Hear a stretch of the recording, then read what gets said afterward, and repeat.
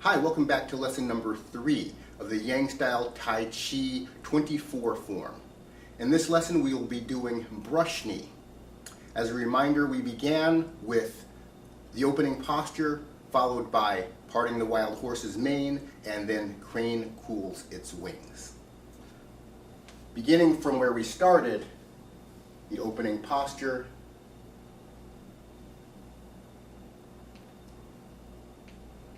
parting the wild horse's mane,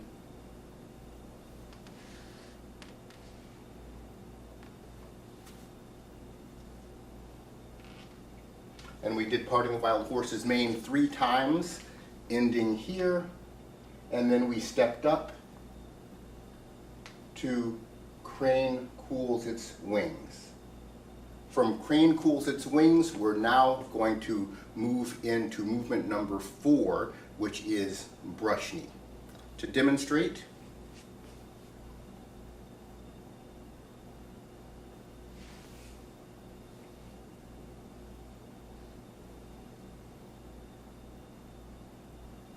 that is the first movement of brush knee left. I'm going to show you an alternative version that a lot of people are familiar with, and I'm going to instruct on both different versions so you can understand the difference.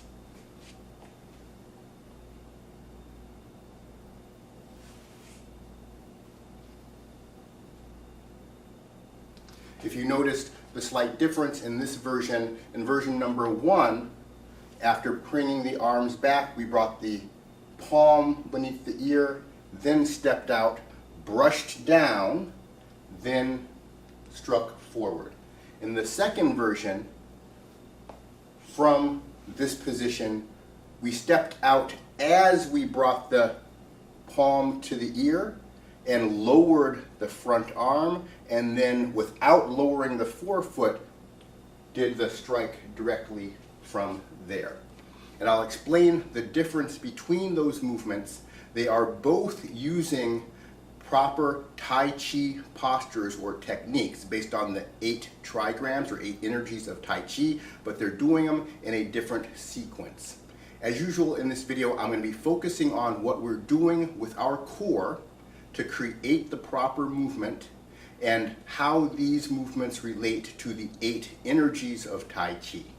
So let's go ahead and get started, but before we do, make sure to click the like button, subscribe to the channel if you're not already a subscriber, and leave a comment because that drives the algorithm to get more eyes in front of these important videos. I don't think you'll see this degree of instruction about how the core moves in Tai Chi anywhere else out there, and the more people that can see this, the better. So let's begin again at the end of crane cools its wings.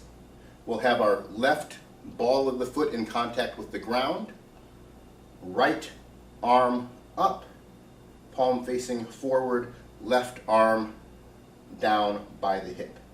The first movement is going to be lowering the right arm and raising the left arm. As we lower the right arm, the palm is going to go from facing forward and it's going to rotate or supinate to palm facing up. The left palm is going to continue facing down as the left arm rises directly forward. That's the first movement.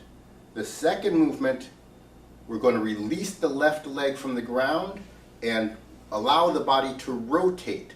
The right arm is going to go back and the left arm is going to retreat back towards the body. And in the first version of this, part 3, we're going to rotate the upper torso, which is going to bring the palm up beneath the ear. Now we're going to step out onto the heel in a shoulder width stance. We're going to, for the next part, brush down without shifting the weight forward. So we're going to push the weight essentially back as we brush down with the left palm. And at the end of that motion, we're going to push forward, striking with the right palm. That's the end of brush knee left. Now I'm going to go into the core movements and the 8 techniques of Tai Chi before we go into the pivoting actions that are going to allow us to transfer into brush knee right and then back to brush knee left again. In this position, at the end of crane cools its wings, we are in split with flexion of my left hip. I'm flexing my left hip using my psoas muscle here to flex this left hip upwards. My right upper torso is turning to the left or counterclockwise, and my right lower torso is turning back and clockwise. That's rooting my right leg on the ground. In this position, the ball of my left foot is on the ground because I have weight rotating towards it with my upper torso. That is preventing my left foot from releasing from the ground. If I were to turn my upper torso to the right, what would happen is this leg would withdraw. So it's this forward rotation of the upper part of the torso that's keeping the left foot on the ground. For the next part of brush knee, to bring the arms down and up into this parallel position, what we're going to do is take my left hip from flexion and we're going to extend it, pushing the ball of the foot down into the ground, and at the same time I'm going to take my upper torso rotation and turn it from left to right. So as I turn my torso from left to right, I'm going to extend my left hip, and that's going to produce this motion. Now we're going to take that hip from extension to flexion, and that's going to allow the waist to rotate completely into this position. Now I'm going to continue with my root on the right, and I'm going to turn the upper waist back from right to left, and that simply is going to bring my right palm up to the ear. Now I can step out onto a three-line stance or shoulder width stance, similar to the way we did in parting the wild horse's mane. That is going to involve turning the upper waist and lower waist at the same time in reverse directions. So I'm going to take the upper waist, which is now turning to the left, and I'm going to turn it to the right. And I'm going to take the lower waist, which is turning to the right, and I'm going to turn it to the left. That's what's going to release my left leg, placing out on the heel.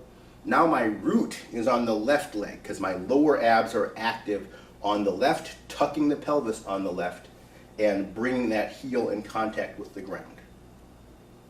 So that's the position. For the next movement, I'm going to push from my left hip, extending the left hip, keeping the upper and lower waist rotating in the same directions. Extending my left hip, upper waist is turning to the right, lower waist is turning to the left. That's going to sink the weight down and begin brushing by across the waist. That's the motion. Once that motion ends, then I take the push from my left hip and I turn it to a push from my right hip. When we push from the right hip, we are also reversing the rotation of both upper and lower waist rotations, and that's how we're creating this energy. What you see is the body just moving straight forward. You can't see the rotation because we are taking a torsional twist of the spine and we're torquing it in the other direction, but since there's no net rotation of the whole body, it appears like everything is just moving straight forward. But from this position, I'm taking torsion on the left and changing it to torsion on the right, while at the same time I'm taking extension of my left hip and changing it to extension of the right hip. So if we just look at the upper waist from this position, I'm turning the upper waist clockwise, now counterclockwise. I'm taking the lower waist and turning it counterclockwise, now clockwise. And I'm taking the hip and I'm extending the left hip, now I'm extending the right hip. That creates the full motion of brush knee.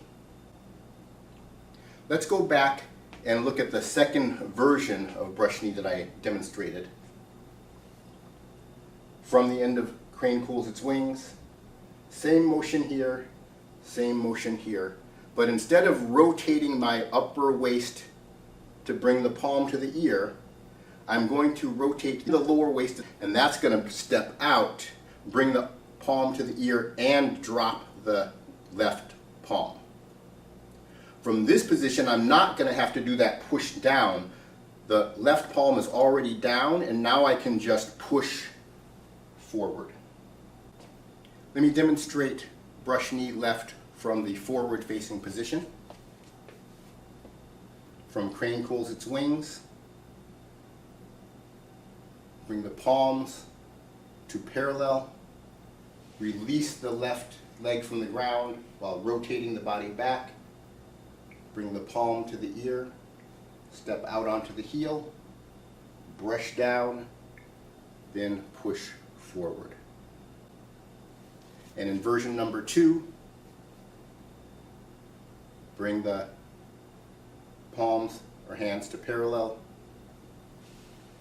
rotate back, and then step out while bringing the palm to the ear, and then strike forward. Now let's look at the pivot, moving into brush knee right. At the end of this position, I have torsion on the right side. Upper waist turning counterclockwise, lower waist turning clockwise. To pivot back, all I'm going to do is flex my left hip, release the extension from my right hip. That's going to allow the body to pivot backwards. If you're a little bit more advanced in your pivoting, you can not allow the right knee to flex as you do the same motion, and that will just allow the left foot to pivot out and rotate the body. Once we've completed the pivot, then we are going to shift the weight forward and then go back into empty stance. The core movement for shifting the weight forward is going to be the same as the core movement that we did here, just in reverse direction. Remember here, I extended my left hip and I turned my upper and lower waist to the right. After the pivot, I'm going to do the same thing, mirror image. I'm going to extend my right hip and I'm going to turn my upper waist to the left and lower waist to the left. Now all I have to do is flex my right hip. That takes me back to this position. Rotate the upper waist back to the right, bringing the palm to the ear, and then step out onto the heel just like we did before. Then we're going to push down with the right hip, extending the right hip with torsion on the right, and then I'm going to push forward with the left hip, extension of the left hip, and torsion on the left. I discussed the rotations of the upper and lower waist and the hip actions during each of the movements, but now let me go through and discuss which Tai Chi energies we're using at each position. I mentioned already that we have split at the end of crane cools its wings with flexion of my left hip. I now have shoulder strike with extension of the left hip. I now have elbow strike with flexion of the left hip. I now have split with flexion of the left hip. Press with flexion of the left hip. Push with extension of the left hip. Push with extension of the right hip. Split to pivot with flexion of the left hip. Shoulder strike with extension of the right hip. Elbow strike with the flexion of the right hip. Split with flexion of the right hip. Press with flexion of the right hip. Push with extension of the right hip. And push with extension of the left hip. I hope you enjoyed the video. If you did, make sure to click the like button and subscribe to the channel, and leave me a comment. Let me know what you think. I'll see you in the next video when we're going to go over Play the Fiddle.